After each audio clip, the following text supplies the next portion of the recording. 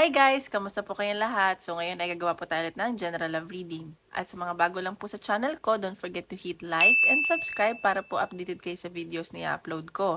At sa mga gusto magpa-private reading, message na lang po ako sa Facebook or Instagram. Nasa description box below, Lastella Micaela Tarot. At paalala lang din po pala, hindi po lahat ay makaka-resonate, okay? So take what resonate at leave what doesn't. So simulan natin. General love reading.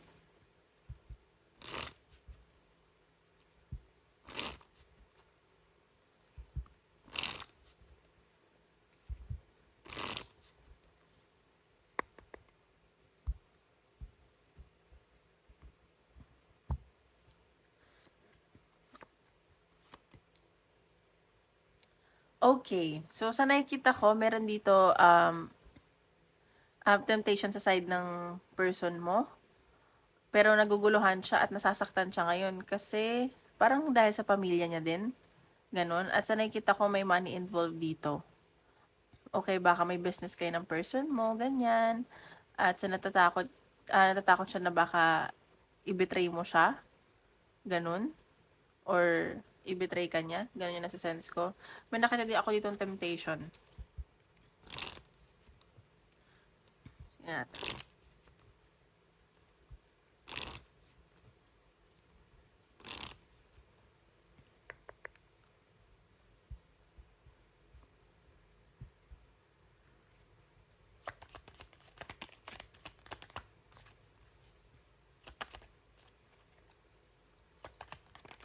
Okay. So, sinasabi ko dito, masaya naman kayo isa't isa ng person mo or busy kayo sa mga friends nyo, ganyan, marami kayong ginagawa. Asa nakikita ko, tinatreasure nyo yung connection nyo. O isa sa inyo, ganyan. So, kailangan nyo lang mag-cleansing at mag-connect sa nature. Ayan o, gustong-gusto nyo isa't isa. You guys desire each other. So, tingnan natin energy ng person mo towards you.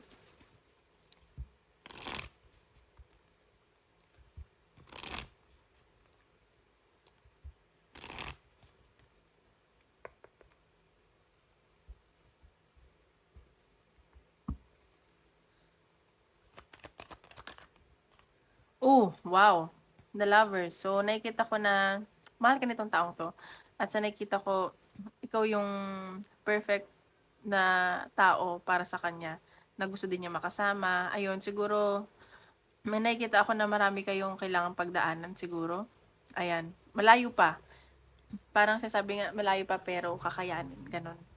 Lumabas din to, Four of Swords. So, sa ngayon parang namamahinga tong person mo. Like, ayaw niya masyadong mag-isip. Pero nasasaktan to. Hindi ko alam bakit siya nasasaktan. Pero ang nasa-sense ko dahil siguro magkalayo kayo. Nakita kasi dito ako dito LDR at dahil din sa family. Siguro meron dito hindi kayang panindigan dahil di pamilya, ganon. At ayaw kanyang masaktan at maloko.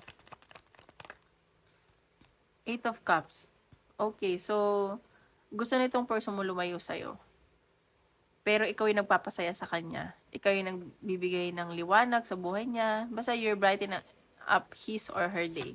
Ganon yung nasa sense ko. So, Queen of Pentacles. So, itong person mo, focus siya sa career niya. Nagpapakabisi siya. So, nakita ko marami siyang responsibilities. Or baka may sarili siyang business. Or bosto. May mga tauhan siya. At sa nakikita ko, mabagal yung energy niya. Okay? Pero nakikita ko nakatanong to sa'yo. Five of Pentacles. Kasi ayaw niyang mawalan siya. At natatakot siya na hindi siya financially stable at wala siyang maiharap sa'yo. Okay? Parang gusto niya financially stable siya. Page of Pentacles. So, nakikita ko may pinag-aaralan tong person mo. Gusto niya ng new beginning. Kaya may pinag-aaralan siya. Siguro, babakread siya ng mga messages nyo.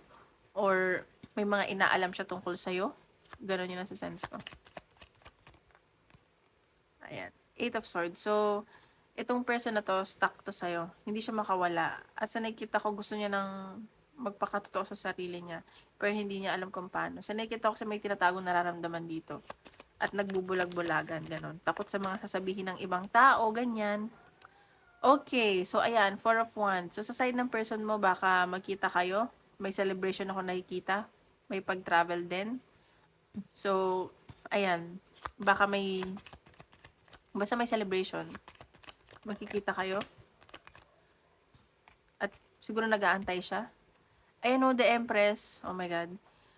So, gandang-ganda to sa yung person mo. At ingat ka lang kasi baka may pregnancy or baka gusto niya ikaw na maging nanay o tatay ng mga anak niya. Sa nakikita ko, very nurturing yung energy mo at kaya siya natutuwa sa'yo. Very caring, loving, ganon.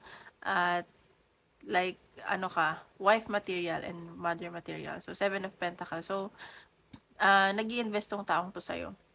Or mag-i-invest siya. Mag-i-effort siya. Ayan o, may i-offer to sa'yo. At minamanifest ka din ito. Wheel of Fortune.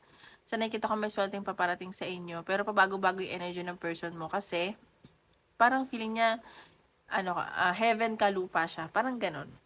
Ganon yung nasa sense ko. Okay, so tingnan natin energy mo towards your person.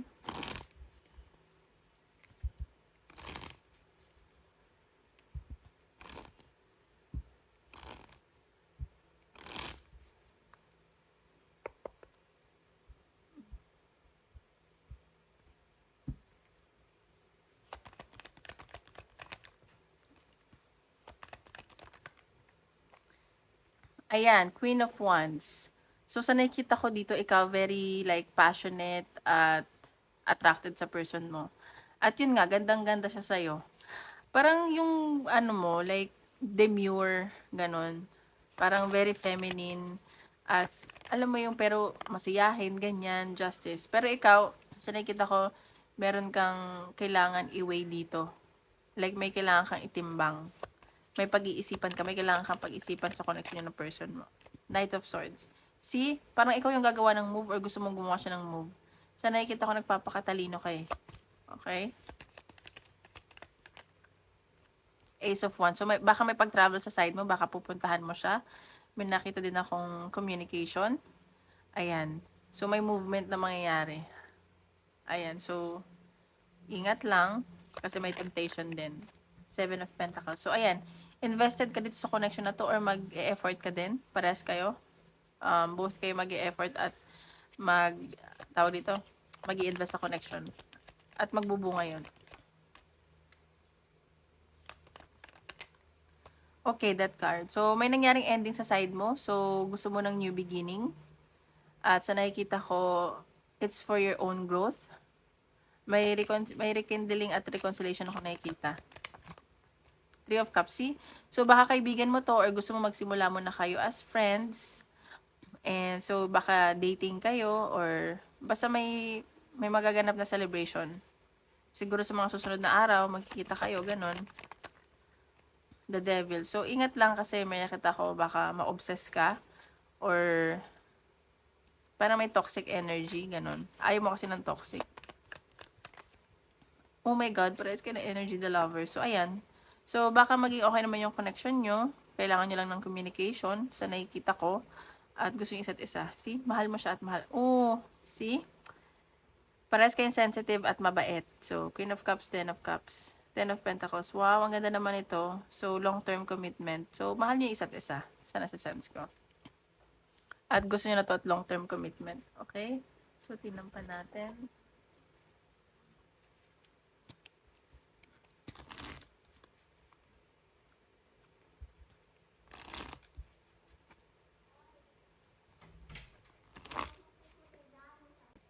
So, ayan. Tingnan pa natin.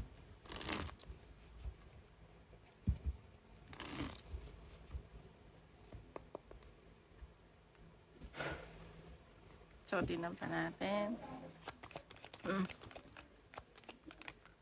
Okay, non-committal. So, meron dito independent. Parang ayaw mag-commit.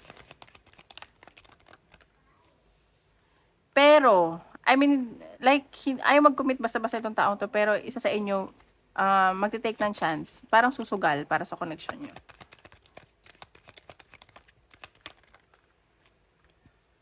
So, ayan, karmic relationship kayo ng person mo. So, baka toxic. So, mag-ingat lang. Ayan, so baka nag-stalk kayo sa social media. Ayan, so may mga tinatago. Pero sa nakikita ko, may romantic feelings naman. Ayan, no, reconciliation. At baka may mga pag-uusapan kayo about papeles, ganyan. So, tingnan pa natin.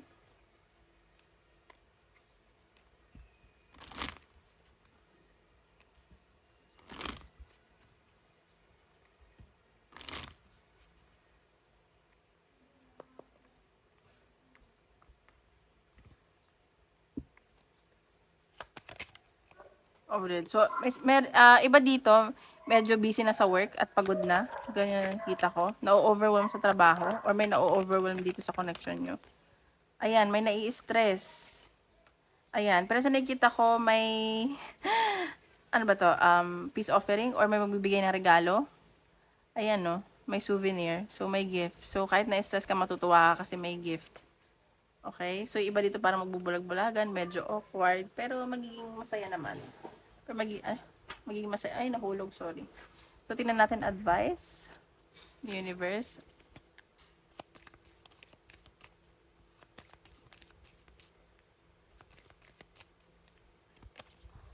You can be your own knight. So, sinasabi dito, kung hindi ka sigurado dito sa connection or kung papasok ka man sa connection, dapat mas mahal mo yung sarili mo. Like, hindi mo kailangan ng someone para makompleto ka. Okay? Slow down and celebrate yourself. So, unahin mo daw muna yung sarili mo. Okay. So, tingnan natin sa career naman. Okay guys, don't forget to hit like and subscribe para updated kayo sa videos na i-upload. Okay, sa career tayo.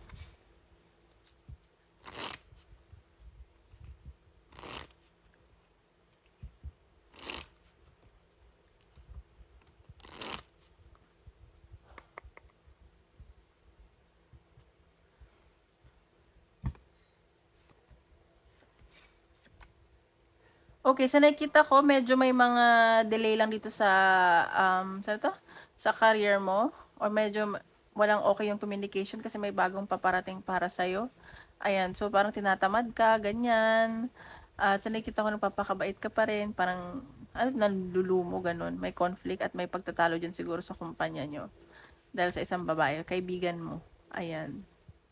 So, ingat ka lang.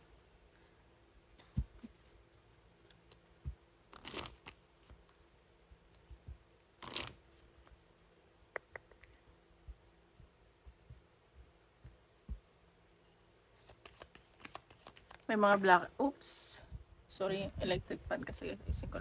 So ayan, adventure. So may pag-travel sa inyo. Ano ba kayo? Out of the country or out of town, mag-unwind or team building. Ayan, so kailangan mag-create ng boundaries. At marami nagkakagusto sa iyo sa trabaho. Okay, so kung ano ka lang mag-isa ka lang. Okay, so tingnan natin sa career.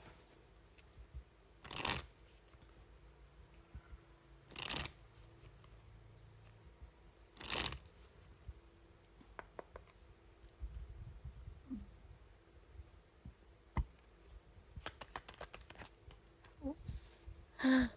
Ayan, so baka may mga tinatago dito, hindi nagpapakatotoo. Ayun nga, baka mga walang pag-uusap, kulang sa communication. Ayan, so pero ikaw, mas focus ka sa abundance mo. So parang wala kang pakialam. So ingat ka lang kasi baka may temptation dyan. At sa nakikita ko, very nurturing kasi yung masyado ka mabait eh. So ano ka lang, mag-create ka pa rin ng boundaries. Huwag ka masyadong mabait, kaya ka naaabuso siguro. Ayan, always follow your intuition. Ikaw yung makakapag-decide dyan. Ikaw yung makakagawa ng, parang, gawa ng paraan para maging okay ka dyan sa trabaho mo. Ayan no, lakasan mo lang daw yung loob mo at huwag kang papasindak. So nakita ko strong naman yung personality mo eh. Ayan, King of Cups. So may nagkakagusto sa'yo dyan. So, ayan, very emotional at sensitive tong taong to. So nakikita ko may babalansehin ka dito siguro work and love life. Baka may natitempt sa'yo dyan. So, mag-ingat ka lang, okay? Oh my God. So, ayan. Yung boss mo. may taong controlling dyan. And gusto lagi siyang susunod. At pero nakikita, parang alam mo yung favorite, ganun. Kahit na ganun, nakikita kanya as very nurturing, caring, at makakapatulong sa kanya sa abundance. Ayan, may celebration ako nakikita. Baka nga may team building kayo, may party. Ayan, pero ikaw gusto mo lang mapag-isa eh. Ayaw mong makihalubilo. Pero, ayan, may celebration pa rin na magaganap dyan sa work mo. ayun 'no, marami kang, options, like abundance, marami ka sigurong gagawin, may pag-travel at communication akong nakikita, ayan, Queen of Cups. So, very passionate, I mean, very ano yung ano mo, very emotional ka. Sa nakikita ko kahit anong na-manifest mo nakukuha mo. Okay, so tingnan natin advice.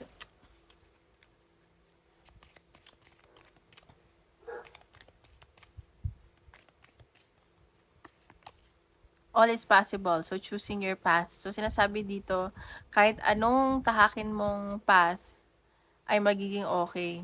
At wag ka, tigil-tigilan mo yung pag-overthink kasi lahat naman daw ng bagay ay possible. Okay? May mga miracles na paparating sa'yo.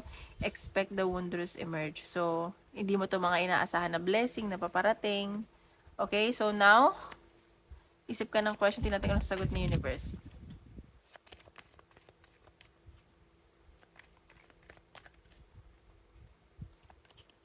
Helpful people. Ayan, maging matulungin ka or humingi ka ng tulong sa may mga tutulong sa'yo. May mga big happy changes na mangyayari sa'yo. Don't give up. Ayan, so yes. Okay guys, try natin. May try ako. Like, per sign, ano ang yung mga kadil ninyo. Kung kadil nyo Aries, Leo, Sagittarius, tingnan natin kung ano ipapakita. Okay? Kung ano nafe-feel nila sa inyo. Okay. All signs.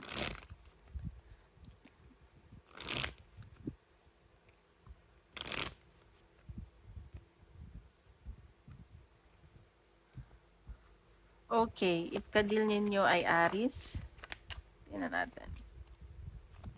Ano nafe-feel ng Aries sa inyo? Okay, the Wheel of Fortune. So, feeling nila swerte kayo sa kanila. Pero sa nakikita ko, may gustong changes na mangyari yung Aries sa connection ninyo. Okay? Sa Leo. Leo, medyo nakikita ko parang ganito sa inyo. So, may tampo ang mga Leo sa inyo. Natin. Sagittarius. Oh, itong Sagittarius may panghihinayang, may disappointment. Siguro may nangyari sa inyo na sobrang nanghihinayang tong taong to. Okay, sa water sign, Cancer. Four of Cups. So, ayan. So, may panghihinayang din, may pagsisisi. Siguro may in-offer ka, hindi nila tinanggap at nagsisisi sila ngayon. Pisces. Pinamabas. Okay, itong Pisces, nagkikreate siya ng boundaries, may mga tukso. Hindi niya, parang nagiging protective siya sa energy niya. Okay? Parang lumalayo to sa'yo. Hindi naman sa lumalayo, parang ayaw kanya munang kausapin. Nagiging protective lang siya sa sarili niya. Parang gusto niya peace of mind. Anti-Scorpio. Masaya tong Scorpio na to. Gusto ka nito maging pamilya. Alam mo yon, ang ganda naman. Yung Scorpio, mahal na mahal ka niyan. Nakikita ka niya as family niya. So, daan tayo sa air sign. Aquarius. Aquarius, ayan. So, yung Aquarius focus sa finances niya.